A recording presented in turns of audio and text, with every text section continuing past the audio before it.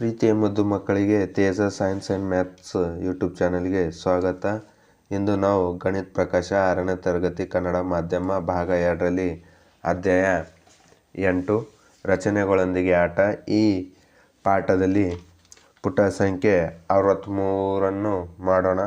ಇಲ್ಲಿ 63ರಲ್ಲಿ 8.3ರಲ್ಲಿ ಚೌಕ ಮತ್ತು ಆಯತಗಳ ರಚನೆ ಅಂತ ಕೊಟ್ಟಿದ್ದರಿ. ಯಾವ ರೀತಿ ಮಾಡಬೇಕೆಂಬುದು ಆಯತ ಚೌಕ ಯಾವ ರೀತಿ ರಚನೆ ಮಾಡಬೇಕೆಂಬುದು ಇಲ್ಲಿ ಕೊಟ್ಟಿದ್ದಾರೆ. ಈಗ ಚೌಕ ಮತ್ತು ಆಯತಗಳನ್ನು ರಚಿಸಲು ಆರಂಭಿಸೋಣ. ಬಾಹುವಿನ ಉದ್ದ 6 ಸೆಂಟಿಮೀಟರ್ ಹೊಂದಿರುವ ಚೌಕವನ್ನು ಹೇಗೆ ರಚಿಸುವಿರಿ? ಸಹಾಯಕ್ಕಾಗಿ ಮುಂದಿನ ಚಿತ್ರಗಳನ್ನು ನೋಡಬಹುದು ಅಂತ ಕೊಟ್ಟಿದ್ದಾರೆ. ಈ ಕಡೆ ಪುಟ ಸಂಖ್ಯೆ 64ರಲ್ಲಿ ಇಲ್ಲಿ ಇದು ಚೌಕ ಯಾವ ರೀತಿ ರಚನೆ ಮಾಡಬೇಕೆಂಬುದು ಹಂತ ಹಂತವಾಗಿ ಕೊಟ್ಟಿದ್ದಾರೆ. ಮೊದಲು ನಾವು ಈ ಹಂತ ಹಂತವಾಗಿ ನಾವು ಕೂಡ ಏನು ಮಾಡೋರಿ ಪರಿಹಾರದಲ್ಲಿ ಬಿಡಿಸೋಣ್ರಿ. ಮೊದಲ ಒಂದರಲ್ಲಿ ಪಿ ಮತ್ತು ಕ್ಯೂ 6 ಸೆಂಟಿಮೀಟರ್ ಅಂತ ನಾವು ಕೂಡ ಏನು ಮಾಡೋರಿ ಅಳತೆ ಪಟ್ಟಿಯ ಸಹಾಯದಿಂದ ಇಲ್ಲೊಂದು ಬಿಂದುವನ್ನು ಕೊಡೋಣ. ಕೊಟ್ಟು ಮೊದಲನೇದು ಏನದ ಅಂತಂದ್ರೆ 6 ಸೆಂಟಿಮೀಟರ್ ರೀ. ಇದು ಇಲ್ಲಿಂದ ಇಲ್ಲಿವರೆಗೆ ಎಷ್ಟು 6 ಸೆಂಟಿಮೀಟರ್ ಅಂತ ನಾವು ಕೂಡ ಏನು ಮಾಡೋಣ 6 ಸೆಂಟಿಮೀಟರ್ ಒಂದು ರೇಖೆಯನ್ನು ಎಳೆಯೋಣ.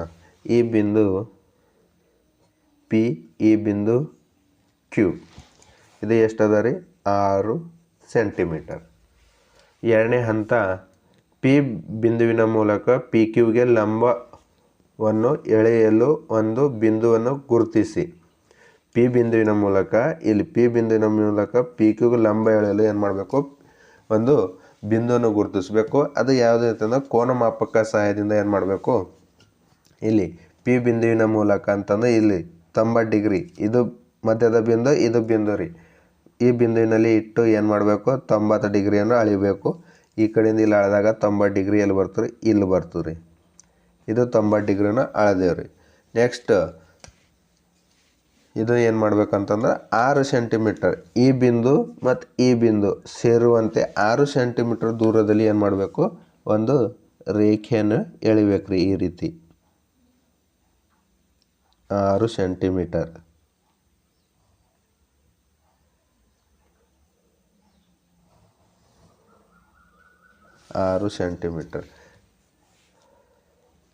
ಇಲ್ಲಿ ಬಿಂದು ರೀ.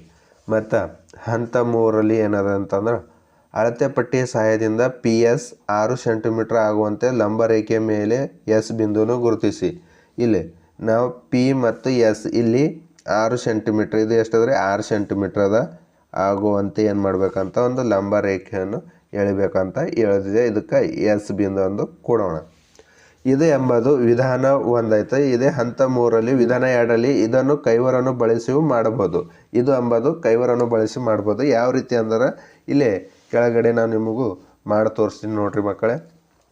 ಇಲ್ಲಿ ಮೊದಲು ಏನು ಮಾಡಬೇಕು ಹಂತ 1 ಮತ್ತು ಹಂತ 2ರಲ್ಲಿ ಏನದ 6 ಸೆಂಟಿಮೀಟರ್ದ ಒಂದು ಇದು ತೆಗೆದುಕೊಳ್ಬೇಕ್ರಿ. ಏನು ಒಂದು ರೇಖೆಯನ್ನು ಈ ರೀತಿಯನ್ನು ರೇಖೆಯನ್ನು ತೆಗೆದುಕೊಂಡು 6 ಸೆಂಟಿಮೀಟರ್ ಪಿ ಇದಕ್ಕೆ ಎಸ್ ಅಂತ ಹೆಸರು ಕೊಡ್ಬೇಕ್ರಿ.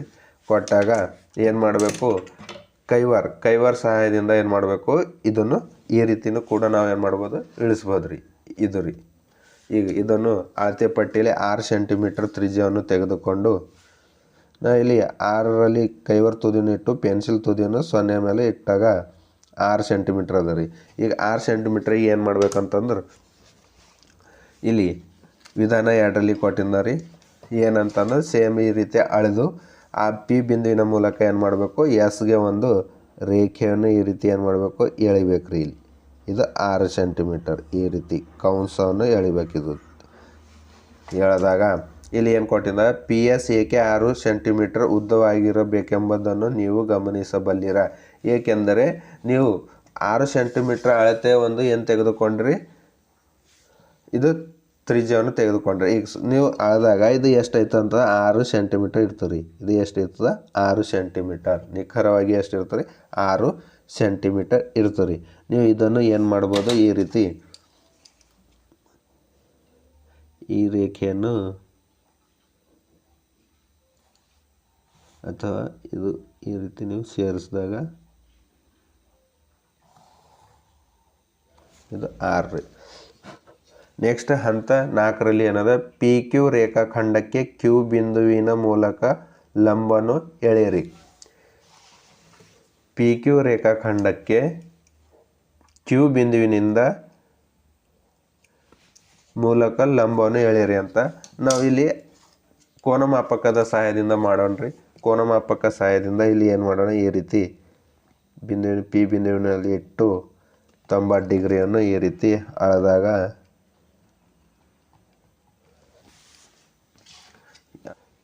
ಈ ಬಿಂದು ಮತ್ತು ಈ ಬಿಂದು ಸೇರುವಂತೆ 6 ಸೆಂಟಿಮೀಟರ್ ದೂರದಲ್ಲಿ ಏನು ಮಾಡಬೇಕು, ದೂರದವರೆಗೆ ಒಂದು ರೇಖೆಯನ್ನು ಎಳಿಬೇಕ್ರಿ.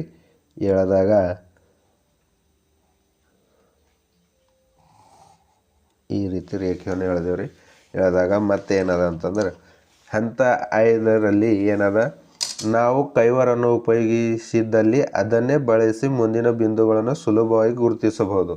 ಈಗ ಕೈವಾರ ಉಪಯೋಗಿಸಿ ಇಲ್ಲಿ ಕೆಳಗಡೆ ಕೈವಾರ ಉಪಯೋಗಿಸಿ ಏನು ಮಾಡ್ಬೋದು, ಅದೇ ಬಿಂದುವನ್ನು ಪಡಿಬೋದು. ಇಲ್ಲಿ ಇದು ಕ್ಯೂ ರೀ, ಇದು ಪಿ ಕ್ಯೂ ಬಿಂದು, ಇದು ಎಸ್ ಬಿಂದು, ಇದು ಎಸ್ ಬಿಂದು. ಇಲ್ಲಿ ಏನು ಮಾಡ್ಬೋದು, ಕ್ಯೂ ಬಿಂದಿನ ಮೂಲಕ ಈ ರೀತಿ ಬಿಂದುವಿನಲ್ಲಿ ಕೈವಾರನ ತುದಿ ಇಟ್ಟು ಏನು ಮಾಡ್ಬೋದು, ಈ ರೀತಿ ಒಂದು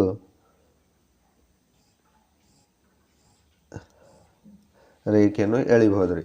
ಎಳೆದು ಏನು ಮಾಡ್ಬೋದು ಅಂತಂದ್ರೆ ಪೆನ್ಸಿಲ್ನ ಸಹಾಯದಿಂದ ಈ ಅಡ್ಡು ಈ ರೀತಿ ಸೇರಿಸ್ಬೋದು ರೀ. ಎಷ್ಟು, ಇದು ಈ ಬಿಂದು 6 ಸೆಂಟಿಮೀಟರ್ ಇರ್ತದೆ ರೀ. ಇದು 6 ಸೆಂಟಿಮೀಟರ್, ಸ್ವಲ್ಪ ಕಡಿಮೆ ಇದೆ ಮಕ್ಕಳೇ, 6 ಸೆಂಟಿಮೀಟರ್. ಈ ರೀತಿ ಅಡ್ಡು ಏನು ಮಾಡ್ಬೋದು, ಈ ರೀತಿ ಸೇರಿಸ್ಬೋದು. ಸೇರಿಸಿದಾಗ ಇದಕ್ಕೆ ಹಂತ 5 ಆಯಿತು. ಹಂತ 6ರಲ್ಲಿ ಏನು ಮಾಡಬೇಕು, ಆರ್ ಎಸ್ ಬಾವಿನ ಉದ್ದ ಎಷ್ಟು ಮತ್ತು ಕೋನ 6 ಮತ್ತು ಕೋನ ಎಸ್ಗಳ ಅಳತೆಗಳೆಷ್ಟು. ಈಗ ಇದು ಎಸ್ ಬಿಂದು ಮತ್ತು ಆರ್ ಬಿಂದು ಸೇರಿಸ್ಬೇಕು ರೀ. ಈಗ ಎಸ್ ಬಿಂದು ಮತ್ತು ಆರ್ ಬಿಂದು ಏನು ಮಾಡಬೇಕು, ಈ ರೀತಿ ಸೇರಿಸ್ಬೇಕು ರೀ. ಈ ರೀತಿ ನೀವು ಸೇರಿಸಿದಾಗ ಇದಕ್ಕೆ ಸ್ವಲ್ಪ ಇದು ಆರ್ ರೀ. ಇಲ್ಲಿ ಕೂಡ ಇವೆರಡು ಸೇರಿಸೋಣ.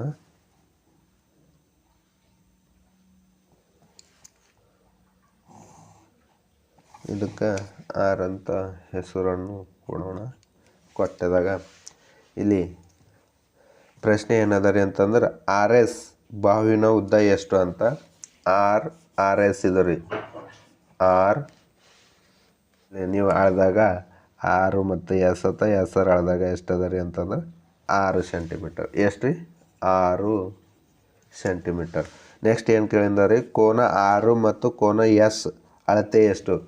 ಕೋನ ಇದು ರೀ 6 ಮತ್ತು ಕೋನ ಎಸ್ ಅಳತೆ ಎಷ್ಟು ಅಂತ ಕೋನ ಮಾಪಕದಿಂದ ಏನು ಮಾಡಬೇಕು, ಅಳಿಬೇಕು. ಅಳೆದಾಗ ನೋಡ್ರಿ,